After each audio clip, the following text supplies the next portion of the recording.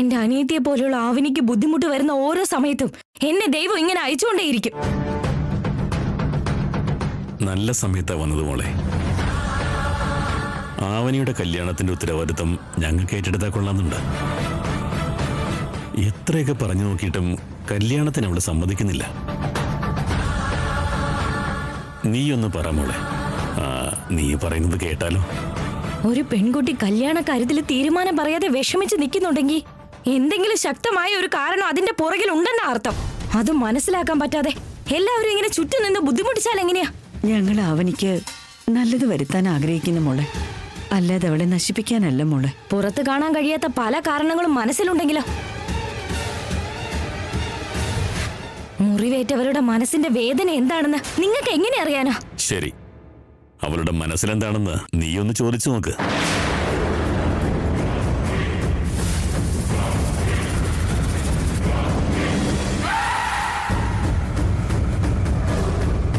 നീ വാ.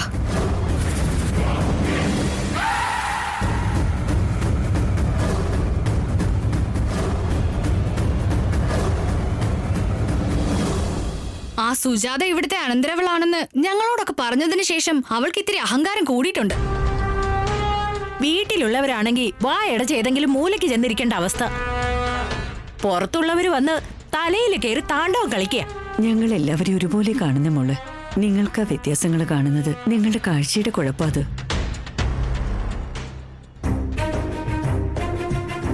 എന്തു പറ്റി ചേച്ചി? നിന്റെ ജീവിതം നശിച്ചുകൊണ്ടിരിക്കുക. എന്താ ചേച്ചി അങ്ങനെ പറഞ്ഞേ? എന്തെങ്കിലും സംഭവിക്കും, എന്നെങ്കിലും ഒരു ദിവസം ദൈവം നിന്നോട് കരുണ കാണിക്കുമെന്നൊക്കെ കരുതി നീ കാത്തിരിക്കുന്നുണ്ടെങ്കിൽ തങ്കം പോലുള്ള നിന്റെ ജീവിതം നീ തന്നെ നശിപ്പിക്കുന്നതിന് തുല്യമാണ്. ഇപ്പൊ നിനക്ക് കല്യാണങ്ങൾ നോക്കാന്ന് പറയുന്നു. അവിടെ വെച്ച് ഞാൻ നിഹാരിക്ക് ശ്രീകർ ഭാര്യ ഭർത്താവിനെ പോലെ നടക്കുന്നതാ കണ്ടത്. ശ്രീകറിനെ കൊണ്ട് അവള് മുല്ലപ്പൂ വാങ്ങിപ്പിച്ച് നടു റോഡിൽ വെച്ചാ തലേ ചൂടിപ്പിച്ചത്.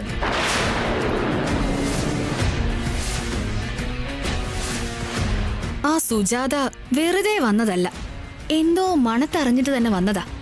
അതുകൊണ്ടാ ആവനി ഒറ്റയ്ക്ക് കൊണ്ടുപോയി എന്തോ രഹസ്യമായിട്ട് പറയുന്നത്. എനിക്കും അങ്ങനെയാ തോന്നിയത് ലാവണ്യ. ശ്രീകറിനെ എന്തായാലും അവള് സ്വന്തമാക്കുമെന്ന് ചാലഞ്ച് ചെയ്യുന്ന രീതിയിൽ അവള് സംസാരിച്ചേ. ഞങ്ങൾക്കിടയിൽ ആവനി ഒരു തടസ്സമായിട്ട് വരരുതെന്ന് എന്നോടാ പറഞ്ഞത്. ഒഴിച്ചു കൂടാൻ പറ്റാത്ത അവസ്ഥ കൊണ്ടായിരിക്കും. പക്ഷേ ശ്രീകർ അങ്ങനെ ചെയ്താൽ എങ്ങനെയാ? ശ്രീകർ ചെയ്യുന്നതൊന്നും എനിക്ക് അത്ര പിടിക്കുന്നില്ല അവനി. ശ്രീകറിനെ അവളുടെ വീട്ടിലേക്ക് കൊണ്ടുപോവുക. അവളുടെ ബുദ്ധി സാമർത്ഥ്യം ഉപയോഗിച്ച് ശ്രീകറിന്റെ മനസ്സ് മാറ്റിയാലോ? നിന്റെ ജീവിതം എന്താവും പിന്നെ? എങ്ങനെയും വീട്ടിൽ നിന്ന് പറഞ്ഞയക്കാൻ നോക്കുമ്പോ വലിയ അഭിമാന പ്രശ്നമല്ലേ? പറഞ്ഞയക്കാൻ കഴിയുന്നില്ല. കല്യാണം നടത്തി ശല്യം ഒഴിച്ചതാ എന്ന് പറഞ്ഞു. അവനി കല്യാണത്തിന് അംഗീകരിക്കുന്നില്ല. ഇതൊക്കെ എവിടെ ചെന്നെത്തുവോ എന്തോ. അവനി ശ്രീകരേട്ടനെ സ്വന്തമാക്കാൻ വേണ്ടി പ്രയത്നിച്ചുകൊണ്ടേയിരിക്കുക. അവൾ ഇവിടുന്ന് പോവുകയില്ല, കല്യാണവും കഴിക്കില്ല. ഇതിപ്പോഴൊന്നും അവസാനിക്കാൻ പോണില്ലേട്ടാ. ശ്രീകരേട്ടന്റെ മേൽ എനിക്ക് വിശ്വാസമുണ്ട് ചേച്ചി. അതാലോചിച്ച് വിഷമിക്കണ്ട. നിനക്ക് നിന്റെ ഭർത്താവിന് വിശ്വാസമായിരിക്കും, പക്ഷേ എനിക്ക് ഈ അവസ്ഥയിലൊന്നും വിശ്വാസമില്ല. അതുകൊണ്ട് കഴുത്തിൽ താലി പുറത്തെടുക്ക്. മാരേജ് സർട്ടിഫിക്കറ്റ് എടുത്തോണ്ട് വാ. നിന്റെ എല്ലാ പ്രശ്നങ്ങൾക്കും അവസാനം ഉണ്ടാക്കാം. എല്ലാ സത്യങ്ങളും എല്ലാവരോടും പറയാം. താലി കണ്ട അത് അഴിക്കാൻ പറയാനുള്ള ധൈര്യം അവർക്കുണ്ടാവോ? മാരേജ് സർട്ടിഫിക്കറ്റ് കണ്ട കല്യാണം അസാധുവാണെന്ന് പറയാൻ അവർക്ക് കഴിയോ? ആ രണ്ട് ആയുധങ്ങൾ ഉണ്ടെങ്കിൽ നിനക്ക് പോരാട്ടം നടത്താൻ കഴിയും. നിനക്ക് ന്യായം കാണിക്കാൻ കഴിയും. ജാതകം ചേരുന്നില്ല, തലവര നേരെയല്ലെന്ന് പറഞ്ഞ് അവർ ഏതൊക്കെ സ്റ്റേഷനിലേക്ക് പോയാലും എത്ര കോടതി കയറിയാലും ന്യായം നിന്റെ ഭാഗത്തായിരിക്കും. നിന്നെ ആരും ഒന്നും ചെയ്യില്ല. പേടിക്കരുത് അവനി, എന്നെ വിശ്വസിക്ക്. ദേഷ്യത്തിൽ ഒരു തീരുമാനം എടുക്കരുത് ചേച്ചി. ദേഷ്യത്തിൽ നിന്നാ പോരാട്ടങ്ങൾ തുടങ്ങുന്നത്. ദേഷ്യത്തിൽ നിന്നാ പ്രയാണങ്ങൾ തുടങ്ങുന്നത്. വയറ് നിറച്ച് കാല് നീട്ടി ഒരു മൂലയ്ക്ക് പോയിരുന്ന ഒന്നും തുടങ്ങാൻ കഴിയില്ല. ഇപ്പൊ നീ ഒരു ചുവട് പുറകോട്ട് വെച്ച് കഴിഞ്ഞ കല്യാണത്തിന് നിന്റെ ഭർത്താവിന്റെ പിറകില് നീ നടന്ന 7 ചുവടുകളും പുറകോട്ട് പോകും. ഒന്നും മനസ്സിലാക്ക അവനി. ചിലത് അകന്നു പോയ നമുക്ക് അംഗീകരിക്കാം. ചിലത് പക്ഷെ അകന്നു കഴിഞ്ഞ അത് അംഗീകരിച്ച് ജീവിതം കളയരുത്. എന്താ പറയുന്നേന്ന് പോയി കേട്ടാലോ? ശരി, നീ ഇനി ഒന്നും ആലോചിക്കരുത് മോളെ. ധൃതി കാണിക്കരുത് ചേച്ചി. ഞാൻ ധൃതി കാണിക്കുന്നതല്ല, വൈകിപ്പിച്ചുകൊണ്ടിരിക്കുന്നത് നീയാ. ഇനി എത്ര നാൾ നീ ഇങ്ങനെ വിഷമിച്ചിരിക്കും? എത്ര കാലം ഇതൊക്കെ സഹിക്കും? ത്യാഗങ്ങൾക്കൊക്കെ അതിലുണ്ടാവണം, ചെയ്യുന്ന കാര്യങ്ങൾക്കൊക്കെ ഒരു അർത്ഥം ഉണ്ടാവണം.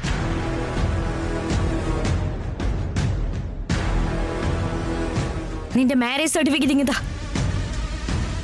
വേണ്ട ചേച്ചി, നീ നിന്റെ താലി പുറത്തെടുത്തില്ലെങ്കിലും ആ സർട്ടിഫിക്കറ്റ് പുറത്ത് കാണിച്ചില്ലെങ്കിലും ഞാൻ ഒന്നിനു വേണ്ടി ഈ കാര്യം വിടാൻ പോകുന്നില്ല. ഞാൻ ഇപ്പൊ തന്നെ പറയാൻ പോവാ. ചേച്ചി, അമ്മ മരിച്ചു പോകും.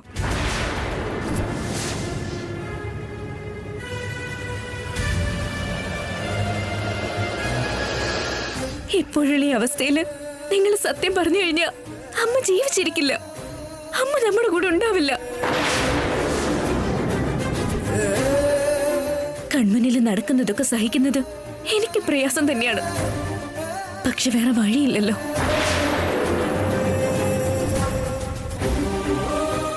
എത്രയൊക്കെ എതിർത്ത് പറഞ്ഞാലും അവര് നമ്മുടെ വല്യമ്മയാ. എങ്ങനെ അകറ്റി നിർത്താൻ കഴിയും ചേച്ചി? സത്യം എത്രയും പെട്ടെന്ന് എല്ലാവരും അറിയണമെന്നുള്ള ആഗ്രഹം എനിക്കുണ്ട് ചേച്ചി. പക്ഷെ ധൃതി കാണിച്ച് മുന്നോട്ട് ചുവട് വെക്കാൻ കഴിയില്ല. ശ്രീകരേട്ടന്റെ മേൽ എനിക്ക് പൂർണ്ണമായി വിശ്വാസമുണ്ട്. നിങ്ങൾ എന്നെക്കുറിച്ച് ഓർത്ത് ടെൻഷനാവരുത്. ശ്രീകരേട്ടൻ നിഹാരികയുടെ വീട്ടിൽ ഇനി എത്ര ദിവസം നിന്നാലും അദ്ദേഹത്തിന്റെ മനസ്സെപ്പോഴും ഇവിടെയായിരിക്കും. ആ മനസ്സിനെ മാറ്റാൻ നിഹാരിക വിചാരിച്ച കഴിയില്ല. അമ്മയുടെ അടുത്ത് എന്തെങ്കിലും ഒന്ന് പറഞ്ഞ നിങ്ങൾ പൊയ്ക്കോളൂ ചേച്ചി. എനിക്ക് പോലും ഇതൊന്നും സഹിക്കാൻ കഴിയുന്നില്ല. നിനക്ക് എങ്ങനെ ഇതൊക്കെ സഹിക്കാൻ പറ്റുന്നേ?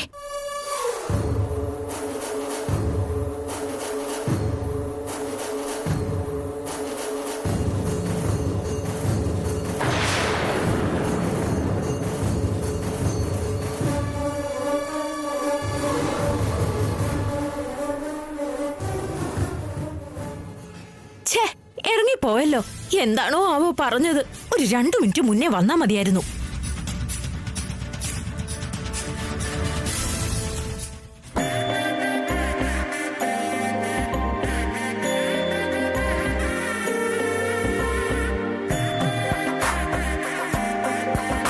കീർത്തി, പറയൂ ആന്റി.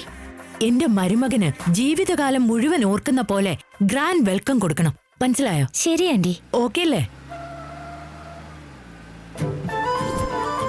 അതാ മരുമോനിങ് എത്തിയല്ലോ. ആ, നടക്ക് നടക്ക്.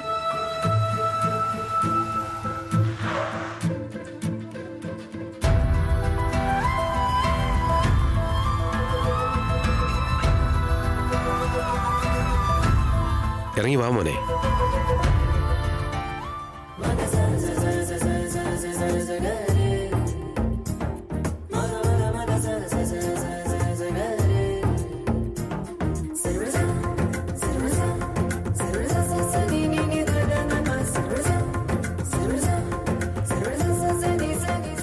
ഞങ്ങളുടെ ഭാവി മരുമകന് സുസ്വാഗതം. കട്ടൗട്ട് അടിപൊളിയല്ലേ ഏട്ടാ?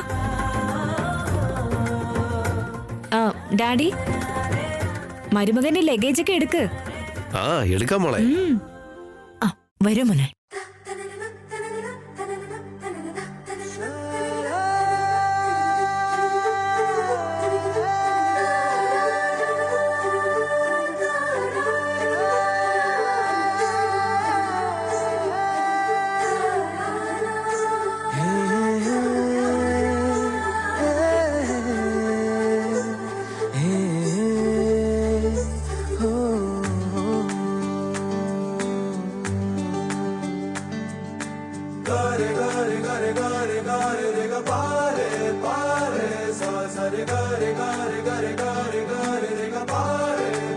ഒന്ന് നിൽക്കു മോനെ. ആരതി എടുത്തിട്ട് വരാം. വേണ്ട ആന്റി, ഞങ്ങളെ കല്യാണം അങ്ങനെ കഴിഞ്ഞിട്ടില്ലല്ലോ. പിന്നെന്തിനാ ഈ ഫോർമാലിറ്റീസ് ഒക്കെ? വഴിയിൽ വെച്ച് ആരുടെയൊക്കെ ദൃഷ്ടി പതിഞ്ഞു കാണൂ എന്തോ. ശരിക്കും നിങ്ങളെ കണ്ട ആരും അസൂയപ്പെട്ടു പോവും. അതിന്റെ ആവശ്യമില്ല. കല്യാണം കഴിഞ്ഞ ശേഷം ആരതി എടുക്കാലോ മമ്മി. മരുമകനെ ഇപ്പൊ ബുദ്ധിമുട്ടിക്കല്ലേ? ശരി, വലതുകാലം എടുത്തു വെച്ച് വാ. വാ മോനെ. നടക്ക്. വാ മോനെ.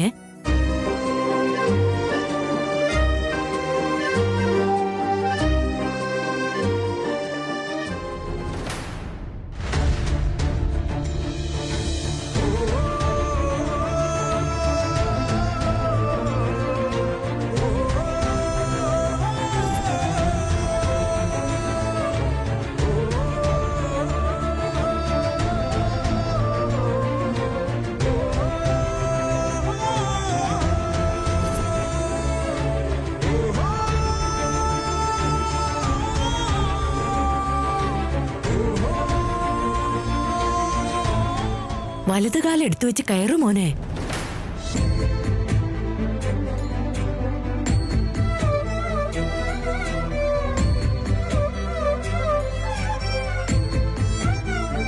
മോൻ അവിടെ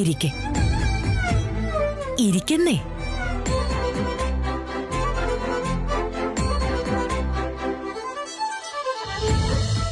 അവരുടെ ഭാവി മരുമകന് ഇവിടെ ഉള്ളവര് എത്ര ഗ്രാൻഡ് വെൽക്കോ തന്നേന്ന് കണ്ടോ ശ്രീകരേട്ടാ? ഇതിനൊക്കെയുള്ള ഭാഗ്യം ഏതെങ്കിലും മരുമക്കൾക്കുണ്ടാകൂ? എന്റെ പാരന്റ്സിന് ഏട്ടനെന്ന് വെച്ചാ അത്രയ്ക്ക് ബഹുമാനവും ആദരവുമാ. ഇപ്പോഴങ്ങനൊന്നും പറയല്ലേ മോളെ. എന്തായാലും 10 ദിവസം കാണുമല്ലോ. സൽക്കാരമൊക്കെ വേറെ ലെവലായിരിക്കും.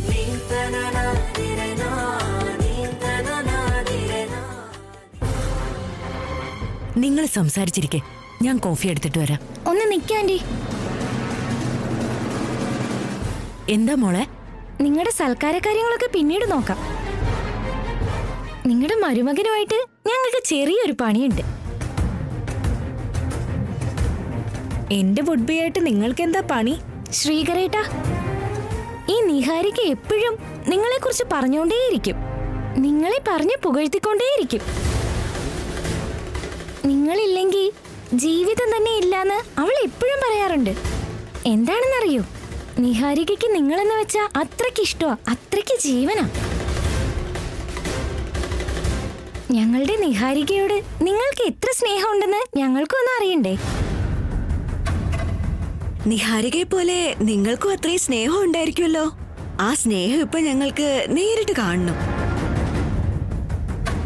ഞങ്ങൾക്കത് കാണണമെങ്കിൽ നിങ്ങൾ ഒരു കാര്യം ചെയ്യണം.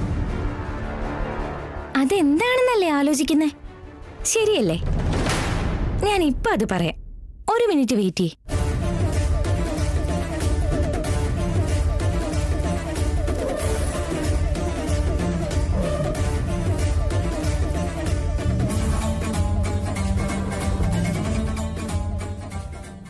ഇതൊന്ന് പിടിച്ചേ. എന്തിനാ? പറയത് പിടിക്ക്. എന്തിനാകൂ എന്തോ. ആദ്യം ഇത് വാങ്ങേട്ടാ.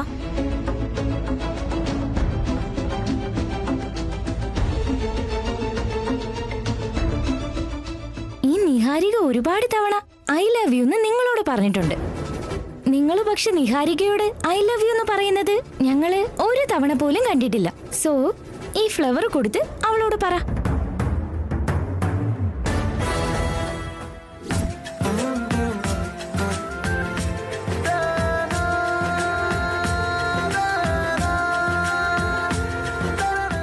Happy Valentine's day കെട്ടിയോളെ.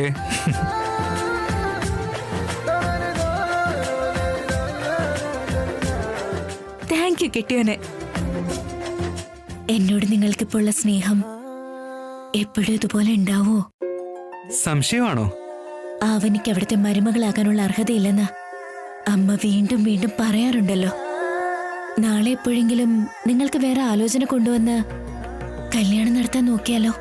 ആ സൂര്യദേവൻ പടിഞ്ഞാറ് പോയിട്ട് ഉദിച്ചാലും ഞാൻ മറ്റൊരു പെൺകുട്ടിയെ താലി കെട്ടുന്നത് മാത്രം നടക്കില്ല. എന്തു പറ്റി സർ? എന്താ ഇത്ര സൈലന്റ് ആയി പോയത്? പെട്ടെന്ന് പറയൂ സർ. ഓക്കേ, അത് കേൾക്കാൻ ഞാൻ റെഡി. ഇങ്ങനെ ഒരു അവസരം ഞങ്ങൾക്കും കിട്ടിയിട്ടില്ല. ഒന്ന് പറ മോനെ. ഞങ്ങളുടെ മകളെ മരുമകൻ എത്ര സ്നേഹിക്കുന്നുവെന്ന് കാണാനുള്ള ആഗ്രഹം ഞങ്ങൾക്കും ഉണ്ടാവില്ലേ? ദയവേത് ആന്റി ഫോഴ്സ് ചെയ്യരുത്. എല്ലാം ഇനി പിന്നീടാകാം. പിന്നീട് പറ്റില്ല, ഇപ്പോ. ഇതിന്റെയൊക്കെ ആവശ്യമുണ്ടോ? എന്നാ അമ്മയ്ക്ക് ഫോൺ ചെയ്ത് അമ്മയുടെ മോൻ എന്നോട് ശരിക്ക് പെരുമാറുന്നില്ല എന്ന് കംപ്ലൈന്റ് ചെയ്യണോ ഏട്ടാ?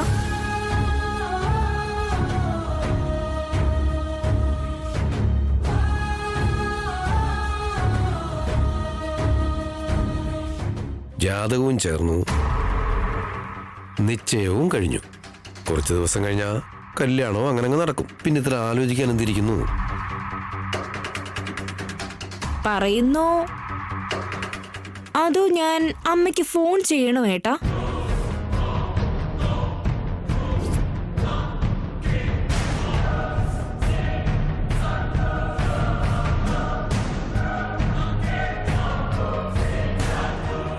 ഇതൊന്ന് പറഞ്ഞു കഴിഞ്ഞാ ഇനി വേറെ പണിയൊന്നും തരാതെ ഇവരങ്ങ് വിട്ടോളും. തൽക്കാലം ഒന്ന് പറഞ്ഞേക്കാം. ഇല്ലെങ്കിൽ ഇവള് ചിലപ്പോ അമ്മയെ ഫോൺ ചെയ്തെല്ലാം പറയും.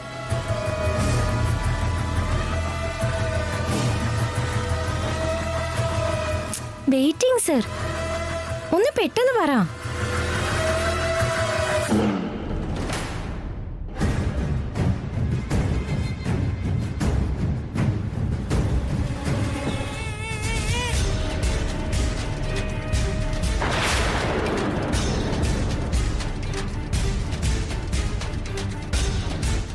I love U. അങ്ങനെയല്ല സർ, നീൽ ഡൗൺ ചെയ്തിട്ട് വേണം പറയാൻ. Kneel down, kneel down, kneel down, kneel down, kneel down, kneel down, kneel down, kneel down, kneel down, kneel down, kneel down, kneel down, kneel down.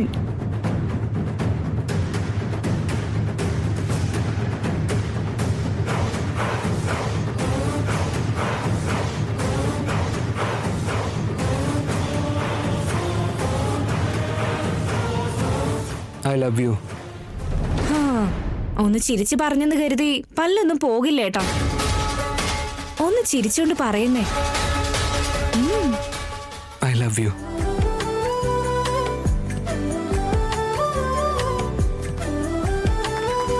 Thank you.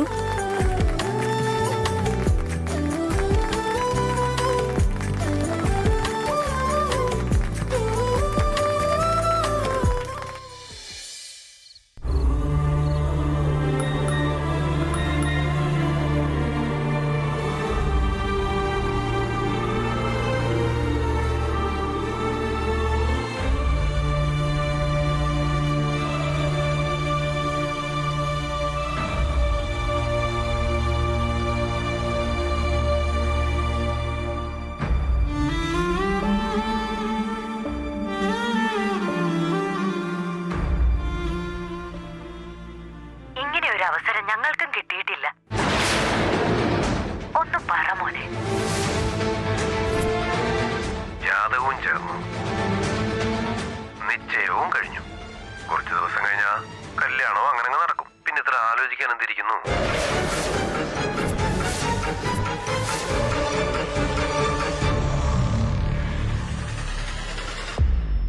I love U.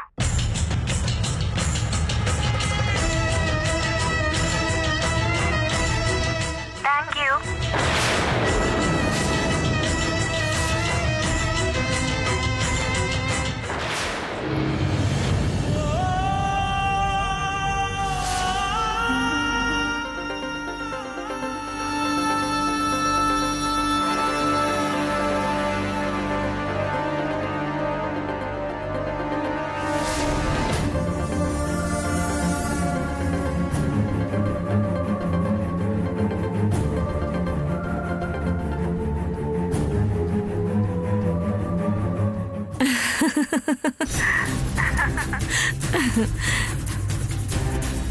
Hello എന്ന് പറയാൻ പോലും വാ തുറക്കാൻ പറ്റുന്നില്ലേ?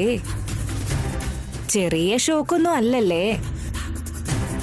ആദ്യം നെറ്റിയിൽ വന്ന നിന്റെ വിയർപ്പങ്ങ് തുടച്ചേക്ക്. ഈ ഷോക്കൊന്ന് വിട്ടു പോകണമെങ്കിൽ കുറച്ചധികം സമയം എടുക്കും അവന്. ശ്രീകരേട്ടനെ ഞാൻ കൊണ്ടുപോകുമ്പോ ശ്രീകരേട്ടന്റെ മനസ്സ് എപ്പോഴും അവിടെ തന്നെ ആയിരിക്കുമെന്നും ശ്രീകരേട്ടന്റെ മനസ്സിളക്കാൻ നിഹാരികയ്ക്ക് പറ്റില്ലെന്നും കരുതിയില്ലേ? Am I right? നിഹാരികയെ നീ അണ്ടർ എസ്റ്റിമേറ്റ് ചെയ്തു കളഞ്ഞു. വിശ്വാമിത്രന്റെ തപസ്സിനെ മേനക ഭംഗം ചെയ്ത പോലെ കുറച്ച് മണിക്കൂറുകൾക്കുള്ളിൽ അവന്റെ മനസ്സ് മാറ്റി ഐ ലവ് യു എന്ന് പറയിപ്പിച്ചത് നീ കണ്ടില്ലേ? ഇത് ജസ്റ്റ് ടീസർ മാത്രമാണ്. ട്രെയിലറും സിനിമയും ഇതിന്റെ പിറകിൽ അങ്ങ് വരും. നാളുണ്ടോ നിനക്ക്? നീയൊക്കെ ഒരു മനുഷ്യനാണോ? ഇത്രയ്ക്ക് ആരെങ്കിലും തരം താഴുവോ? ചേച്ചേ, കൂൾ ബേബി കൂൾ. എന്തിനാ മോളിത്ര ഇമോഷണൽ ആവുന്നേ? ഇതിലിപ്പോ നാണം കെട്ട കാര്യവും തരം താണ കാര്യവും എന്താ ഉള്ളത്? എന്നെ കെട്ടാൻ പോകുന്ന ആളിനെ കൊണ്ട് ഐ ലവ് യു പറയിപ്പിച്ചു, അത്രയല്ലേ ഉള്ളൂ. പറയുന്നത് ഭാവി ഭർത്താവാണെങ്കിൽ തെറ്റൊന്നുമില്ല. പക്ഷെ മറ്റൊരാളുടെ ആ